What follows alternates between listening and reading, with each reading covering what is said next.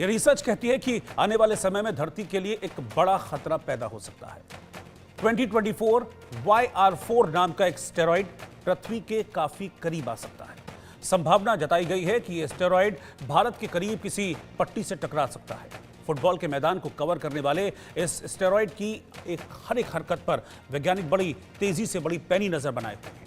यहां मैं आपको एक और बात बता दूं कि ऐसा ही एक एस्टेरॉइड इससे पहले साइबेरिया में तबाही मचा चुका है। अब एक बार फिर से वैज्ञानिकों ने घोषणा की है कि आने वाले समय में ऐसा ही एक एस्टेरॉइड धरती को नुकसान पहुंचा सकता है।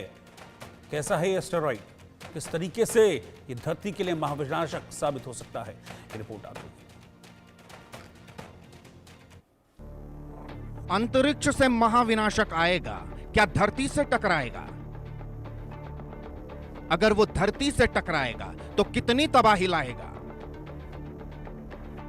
फुटबॉल ग्राउंड जितना एस्टेरॉइड दे रहा है तबाही का रेड सिग्नल। साइबेरिया में मचाई थी तबाही, क्या अब भारत की बारी आई?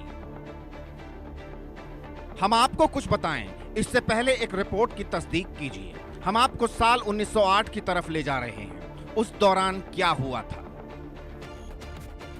साल 1908 में साइबेरिया में तुंगुस्का में एक बड़ी घटना हुई।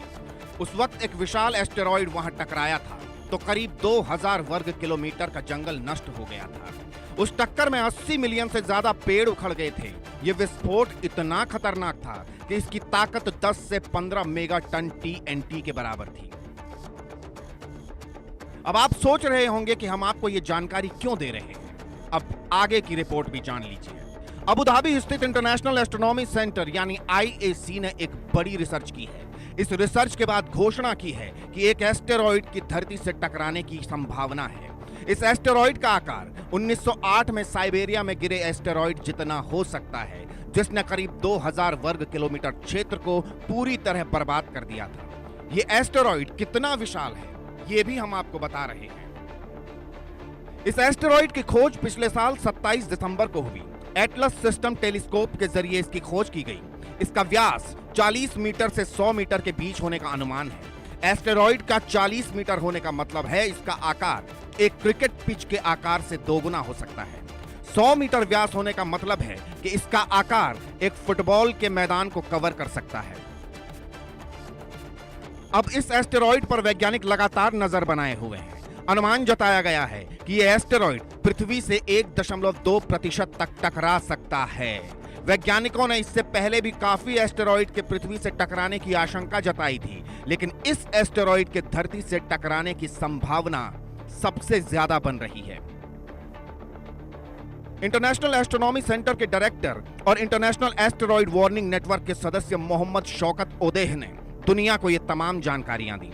उन्होंने बताया कि एस्टेरॉइड का नाम 2024 YR4 रखा गया है। 25 दिसंबर 2024 के आसपास ये एस्टेरॉइड पृथ्वी के करीब पहुंचा था। उस वक्त ये 8,29,000 किलोमीटर की दूरी पर था।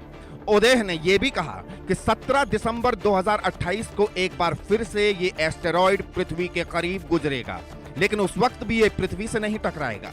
लेकिन जब 22 दिसंबर 2032 का वक्त आएगा तो ये एस्टेरॉइड तीसरी बार पृथ्वी से गुजरेगा और संभावित खतरा पैदा कर सकता है। 22 दिसंबर 2032 को यह एस्टेरॉइड पृथ्वी से 1,06,000 किलोमीटर की दूरी से गुजरेगा। इसमें margin of error 1.6 million kilometre हो सकता है। रिपोर्ट में कहा गया है कि यह एस्टेरॉइड पश्चिम मध्य अमेरिका से लेकर उत्तर दक्षिण अमेरिका, फिर मध्य अटलांटिक महासागर और अफ्रीका के कुछ हिस्सों से होते हुए भारत तक पहुंचने वाली एक पट्टी में पृथ्वी से टकरा सकता है। इस एस्टेरॉइड पर करीब से नजर रखी जा रही है। यह पृथ्वी से टकराएगा या नहीं, इसे लेकर बड़ी जानकारियां जुटाई जा रही हैं। तो 2032 में क्या होगा? क्या भारत में भी साइबेरिया जैसी तबाही मचेगी? क्या सच में यह एस्टेरॉइड धरती पर महाविनाश लाएगा? इन यक्ष प्रश्नों का उत्तर भविष्य के गर्भ में छिपा है। रिसर्च जारी है। अब वैज्ञानिकों के हाथ में पृथ्वी को बचाने की जिम्मेदारी है। Bureau report, India news. तो जैसा कि ये स्टडी कहती है, रिपोर्ट कहती है कि ये एस्टेरॉइड, इसका साइज एक फुटबॉल ग्राउंड के बराबर होगा और ये भारत के लिए, पृथ्वी के लिए खतरनाक हो सकता है। कितना खतरनाक हो सकता है, इसको हम जानेंगे। मेरे साथ दो एक्सपर्ट्स इस वक्त हैं। मेरे साथ डॉक्टर राम श्रीवास्तव, पूर्व साइंटिस्ट, फॉर्मर साइंटिस्ट इसरो, इस वक्त साथ में हैं, और डॉक्टर बी के त्यागी, फॉर्मर साइंटिस्ट विज्ञान प्रसार। आप दोनों का सर बहुत बहुत स्वागत है। डॉक्टर राम, मैं पहले आपके पास आ रहा हूँ। इस एस्टेरॉयड के बारे में जब से ये रिपोर्ट आई है, सबके मन में कौतूहल है, जानना चाहते हैं लोग कि क्या ये पृथ्वी के लिए खतरा है, क्या ये भारत के लिए खतरा है। जैसा कि डेट भी दी गई है कि 22 सितंबर 2032 का दिन कुछ भी हो सकता है। कितना खतरनाक है, इस रिपोर्ट को, इस स्टडी को आप कैसे देख रहे हैं? निश्चित रूप से इस तरह के एस्टेरॉइड जो होते हैं क्षुद्र तारे, इनको पोटेंशियली हजार्डस जो परिधि होती है अंडाकार, वो परिधि धरती की जो सूर्य के चारों तरफ सर माफी के साथ सर आपको रोकना चाहूंगा, आपकी ऑडियो में थोड़ा सा प्रॉब्लम है। मैं एक बार ऑडियो आपकी करेक्ट करता हूं, फिर मैं आपके पास वापस आता हूं।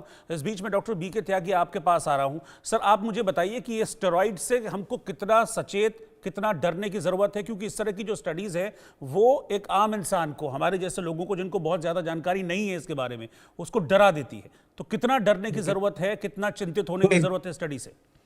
नहीं, देखिए अभी ऐसा है कि एक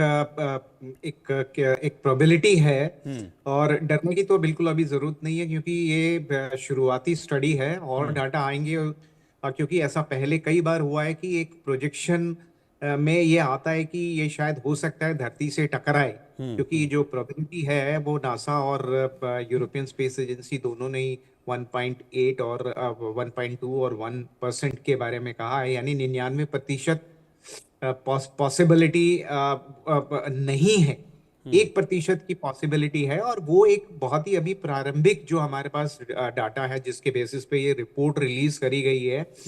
जैसे जैसे और डाटा आएंगे, टाइम बढ़ेगा, तो और जो प्रिडिक्शन है ज्यादा एक्यूरेट होगा। और ऐसे केसेस में आपने देखा होगा कि ये पहली बार नहीं है। बहुत सारे एस्टेरॉइड, बेसिकली ये वो मटेरियल है जो किसी प्लेनेट के साथ जुड़ा नहीं और स्पेस में ऐसे ही घूम रहा है और कभी कभी सौरमंडल में आ जाता है और अपने एक रास्ते से निकल जाता है। तो उसकी क्या ट्रेजेक्टरी रहेगी, यानी उसका रास्ता क्या रहेगा, अभी जो है थोड़ी क्या बोलेंगे कि जल्दी होगा ये कहना। लेकिन जो मेथड है उसके बेसिस पे जो प्रिडिक्शन किया गया है, 1% चांस है कि वो पृथ्वी से टकरा सकता है। और फिर हो सकता है कि क्या इम्पैक्ट होगा ये अभी कहना कुछ थोड़ा जल्दबाजी होगी, क्योंकि उसका रास्ता हो सकता है कि एंड टाइम पे बदल ले, क्योंकि ये थोड़ा अनप्रिडिक्टेबल एक बिहेवियर होता है। कई बारी ऐसा हुआ कि जब लग रहा था कि ऐसे एस्टेरॉइड पृथ्वी से टकराएगा, लेकिन वो साइड से निकल गया और इसका डिस्टेंस भी जो अभी तक है वो काफी ज्यादा है। ये जरूर है कि एक जो एस्टिमेशन में जो एक डेंजर जोन जिसको हम कहते हैं ना, उस तरीके के कैटेगरी में ये आता है, ये जो डिस्टेंस है। लेकिन पॉसिबिलिटी मतलब बहुत ज्यादा नहीं है और मुझे लगता है कि अभी ज्यादा पैनिक होने की जरूरत नहीं है। समय आने दो, और डाटा जब मिलेगा, प्रिडिक्शन और एक्यूरेट होगी, तब हमें सही सिचुएशन का पता लगेगा। तो अभी ज्यादा घबराने की जरूरत नहीं है, क्योंकि ये कोई नई बात नहीं है, ठीक है ना।